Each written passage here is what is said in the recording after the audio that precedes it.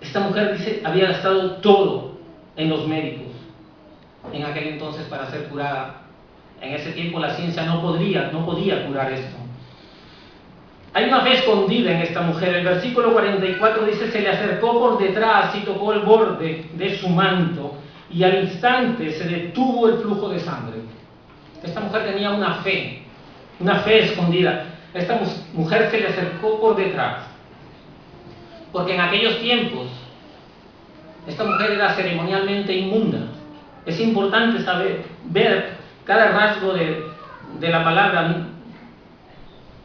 Dice, se le acercó por detrás. Ceremonialmente era inmunda, según la ley. Dios había dado a Moisés una ley en Levíticos 15, versículo 19 y sucesivos, acerca de la mujer con flujo de sangre y acerca de los hombres también. Esta mujer no podía acercarse a las sinagogas. Todo lo que tocaba era inmundo. Esta mujer estaba asolada y desolada por todos.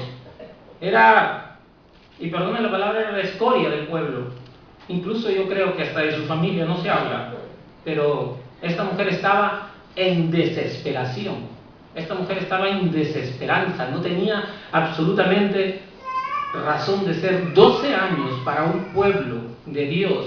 12 años sin ir a la sinagoga. Yo creo que a ti y a mí nos pasa que por razones de trabajo y por cualquier otra cosa no podemos asistir al culto del domingo siquiera, segundo o tercer domingo, y ya estamos desesperados. Esta mujer llevaba 12 años no escuchando la palabra de Dios. Seguramente ella, como Jairo, había visto muchos milagros hechos por el Señor, y fueron esos milagros o eso que vio de Jesús que fueron sembrando la semilla en su corazón, y esa fe junto con el poder de Cristo la hizo salva. Jesús hablará de su fe más adelante. Ella tenía una fuerte sensación en principio, y quiero que me entiendan porque después lo explicaré, de que Jesús podía ser salva, podía hacerla salva. Sana, no salva. Ella pensaba aún en la mitad. Ella pensaba que Jesús la podía sanar. Apostó por ello. Ella decía, Marcos lo dice, si solo tocara, en su mente pensaba, si solo tocara el borde de su manto, seré sana. Pero ella fue por sanidad, y Jesús le dio sanidad y salvación. Porque la salvación viene de Dios. Porque la fe que esta mujer también tenía, venía de Dios. Esta mujer, al escuchar las cosas que hizo Jesús estaba sembrando en ella una semilla de fe, pero una semilla aún escondida que tenía que ser expresada. Hablaba el pastor de que cuando no solamente es sentir el amor, sino expresar el amor también. No nos quedemos en la mitad, hagámoslo todo. No importa que quedemos con palabras que no salen bien bonitas según nosotros. No tengamos vergüenza al orar, no tengamos vergüenza al levantar la voz y decirle, sí Señor, te amamos, sí Señor, te adoramos, porque al único que podemos adorar. La palabra adorar solamente la podemos usar con el Señor. Amén. A veces a nuestros hijos les decimos, te adoro. Y es verdad, los queremos a nuestros hijos, los amamos a nuestros hijos, pero yo creo que el verbo adorar solamente se puede utilizar al Señor, porque esa es la verdadera adoración. Adoración en espíritu y en verdad. Esta fe de esta mujer fue recompensada. Ella decía, si con solo tocar el borde de su túnica,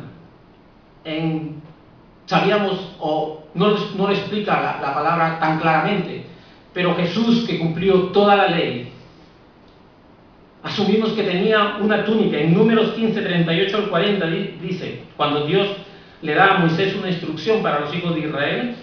Dios le dice, habla a los hijos de Israel y dile que se hagan franjas en los bordes de sus vestidos por sus generaciones y pongan en cada franja de los bordes un cordón de azul. Y os servirá de franja para que cuando lo veáis os acordéis de todos los mandamientos del Señor, para ponerlos por obra, y no miréis en pos de vuestro corazón y de vuestros ojos, en pos de los cuales os prostituyáis, para que os acordéis y hagáis todos mis mandamientos y seáis santos a vuestro Dios.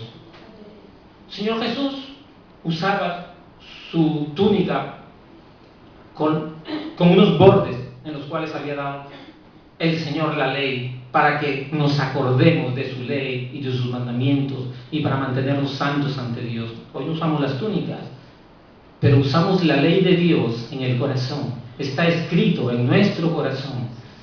Dios dice, medita en mi palabra de día y de noche, no solamente en el culto del domingo, de día y de noche. La fe de esta mujer era una fe escondida, habíamos dicho. La grandeza de la fe de esta mujer consistía en esto. Ella pensaba que con solo tocar el manto, ella sería salva. Y sí, tenía razón. Pero también pensaba que Jesús no se daría cuenta de ello. Y ahí está. A veces nosotros tenemos esa fe no completa, no perfecta. Tenemos una fe por ahí media, no endurecida, no grande. Pero no importa. Ella sabía que tocaba el manto y sería sana y escaparía y Jesús ni se enteraría.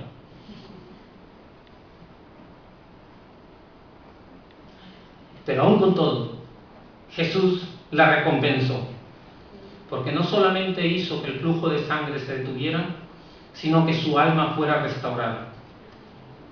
Jesús quería hacer mucho más que sanarla. Jesús había preparado ese momento para la gloria del Señor, porque todo lo que se hace es para la gloria del Señor.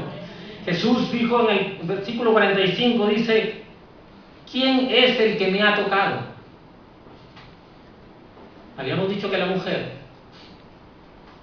pensaba que Jesús no se daría cuenta. Sabía que ese hombre sanaba gente, sabía que ese hombre resucitaba gente, sabía que ese hombre limpiaba leprosos, sabía que ese hombre quitaba demonios, pero no sabía que era Dios. No sabía que era Dios, porque Dios, uno de sus atributos es su omnisciencia. Si yo lo toco, me sano y me voy, no se dará cuenta, pero Él es omnisciente. Sin embargo, el versículo 45 hace una pregunta a Jesús y dice, ¿quién es el que me ha tocado? Si lo leeríamos muy por encima o cuando recién empezamos, sin discernir, diríamos, el Señor Jesús no sabía quién lo había tocado.